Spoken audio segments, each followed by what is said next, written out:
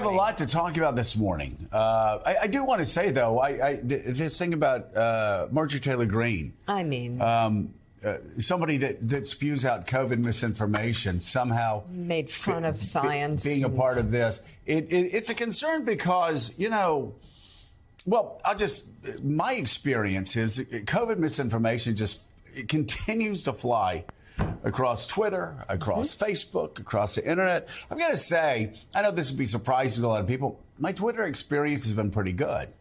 I mean, even Trumpers, for the most part, fairly polite. Some will say, yeah, they wish I was dead or something, but they say it nicely. But no, it's been pretty good the past couple of years.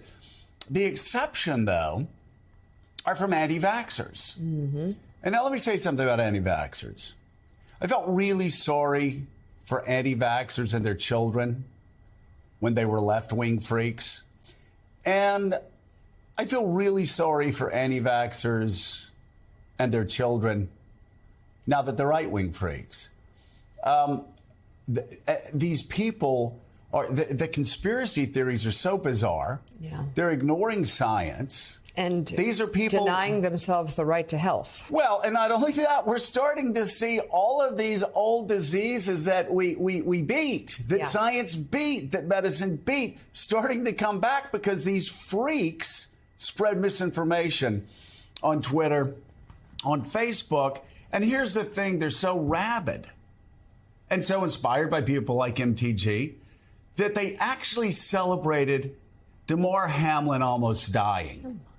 And they politicized the event. And now some of these freaks are actually saying that he's a body double, that he actually died, that this is somehow some conspiracy, that he's dead. But the Damar Hamlin figure that we're seeing is a body double.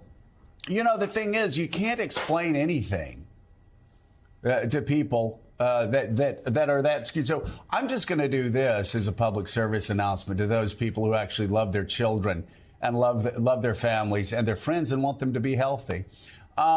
Yesterday when I was talking about getting COVID and should have gotten a fourth booster shot, a lot of these freaks go, "Oh, fourth booster shot, robot." No, listen, here's the deal, moron. If you get a flu shot, what do? Do you go to the doctor? Oh, my God, you want me to have a 50th flu shot? No, you get a flu shot every year. Right.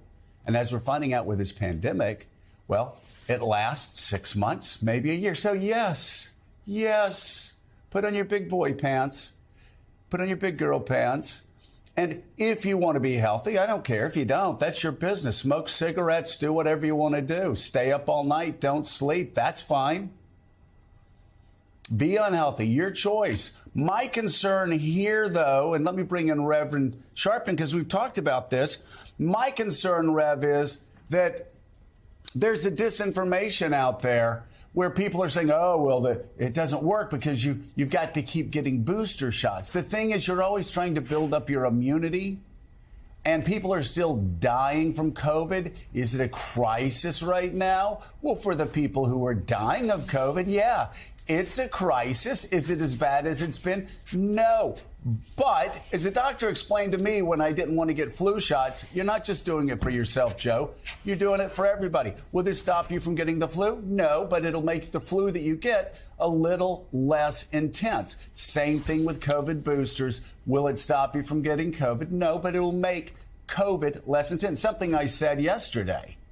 But this misinformation keeps getting spewed out there, and unfortunately the weakest and perhaps the least educated are the ones that fall prey to these stupid lies. And I call them stupid lies, and I don't call a lot of things like just out and out stupid unless they're objectively stupid.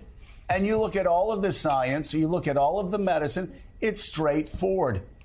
And we've had, how many people have died from COVID?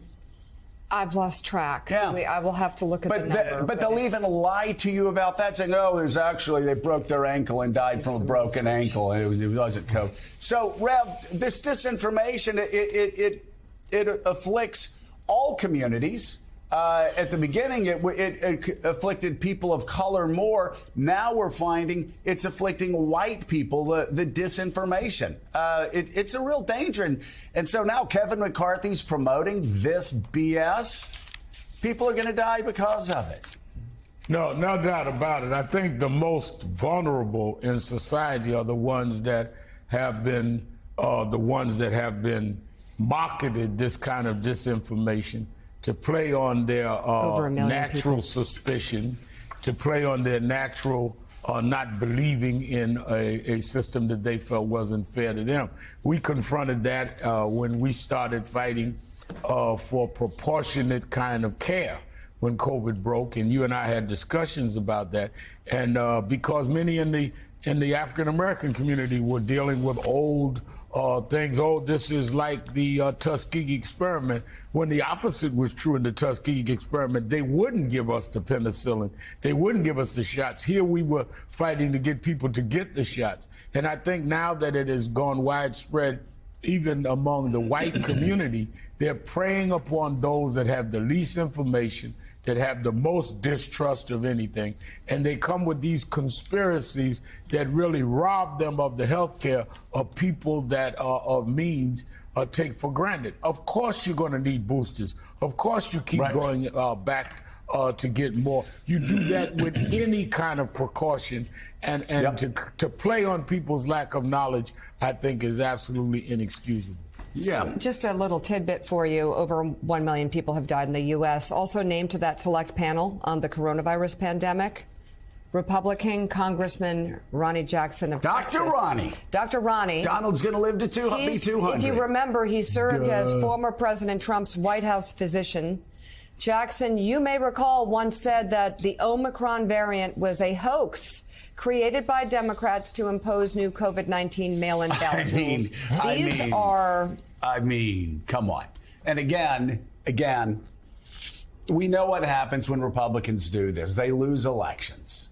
They're going to lose elections. But I got something I'm more concerned about. I'm more concerned about people's health. Dying. And I talk, unfortunately, when I talk to friends, Elise Jordan, I talk to some family members, you know, they end up in the hospital. A lot of them end up in the hospital. We're not kidding. Close to death, calling me to tell me goodbye and weeping, saying they should have gotten the shot. That is a true story. It just keeps happening. Other people getting it, get knocked down, or a best friend they work with dies from COVID, who's like 35 years old, and they're like, oh, I better get the shot now. You know, and it's such BS. You look at seniors, even at the height of all this COVID, all the conspiracy theories, you looked and saw that seniors, like 90% of seniors got the COVID shot because they knew, everybody underneath knows, that their life's on the line and this stuff will save their life. It's the 30, 40-year-olds who decide they can take the experiments and they can lie to other people. I guess I take it more personally because I've got a couple of kids who, you know, one has upper respiratory issues, the other has diabetes. You know, they can't afford to be lied to and read this crap online. But it's afflicting all of our friends, all of our neighbors, people I've gone to church with, people we love, who hear these lies and go along with it. And Dr. Ronny Jackson? I mean, come on. Really, it's strange. Dr. Ronny Jackson was respected when he was a doctor in the Bush White House and, you know, helped people out with their shots then and gave them some Ambien before a foreign trip, things like that, and really did not see this strain of anti-vax coming. But I guess when it's politically advantageous, sometimes people change their tune and turn their back on their medical training. Talking about how you hear from people who are skeptical about vaccines and then the impact it has when they get sick or their family member gets sick. You know, my cousin's wife in Alabama is a pulmonologist, and about a year ago, she just posted this really impassioned plea on Facebook. Please, it is not a hoax. I've held so many hands of people while they're dying, trying to FaceTime with their families, and I'm tired. It's too tragic. It's unnecessary. Yeah. Please get vaccinated. And you have people who are on the front lines all across the country who have seen this, and they know how very real it is. They know that it's not just some hoax. I mean, the reason I'm going on about this is for these people that are spreading these lies, it's just a game with them. Just like all the other conspiracy theories that they're spreading, it's just a game. They're just having fun. They're hoping they get more clicks. If they're a politician, Ronnie Jackson's hoping anti-vaxxers, weirdos, freaks, insurrectionists will send him money. Okay, well, you want to play it that way, you play it that way. It's an ugly game to play, and you'll look back on your life and regret it at the end. But here again, we're talking about people's lives, and just the lies keep continuing. And really, I wonder, are people really so stupid that they don't understand about your resistance? It builds up after you get a shot, and then over time it goes down, and then you get a booster and it builds back up, and then it goes down over time, like the flu shot. This is not hard, and yet people want to keep spreading the lies, and lives continue to be at risk because of it.